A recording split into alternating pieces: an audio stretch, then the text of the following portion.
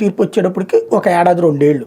ఇదివరకు రాజశేఖర రెడ్డి ఇందుకే చేసింది ముస్లిం రిజర్వేషన్స్ అన్నట్టు 6% అని చేసి పడేసి ముందు చట్టం చేసేసాడు, అసెంబ్లీలో తీర్మానం చేసేసాడు. ఆ తర్వాత దాని కింద రిజర్వేషన్స్ పెట్టేసి ఉద్యోగాలు ఇచ్చేసాడు అతను, చదువుల్లో పెట్టేశాడు అతను. పెట్టాక కోర్టు హైకోర్టు దాన్ని కొట్టేసింది. కొట్టేశాక మేము సుప్రీంకోర్టులోకి వెళ్తాము అని చెప్పేసి అవి కొనసాగించాడు ఇంకొక ఏడాది 2 ఏళ్ల పాటు.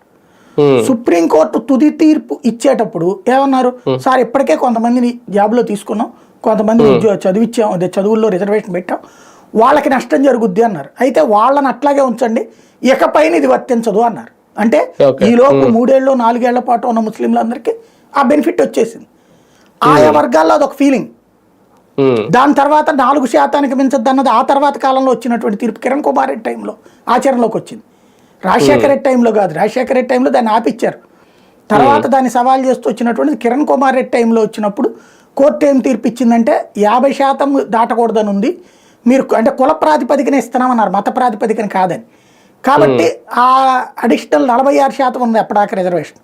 కాబట్టి ఏంటి బీసీలు ఎస్సీ ఎస్టీ అన్నీ కలిపి మిగతా 4% ఇచ్చుకోవడానికి మాకు అభ్యంతరం లేదంటే అప్పుడు బీసీఈ అని కేటగిరీ తీసుకొచ్చి కిరణ్ కుమార్ రెడ్డి టైంలో కంటిన్యూ చేసుకొచ్చారు. అది అట్లాగే ఇప్పుడు కూడా చేయొచ్చు.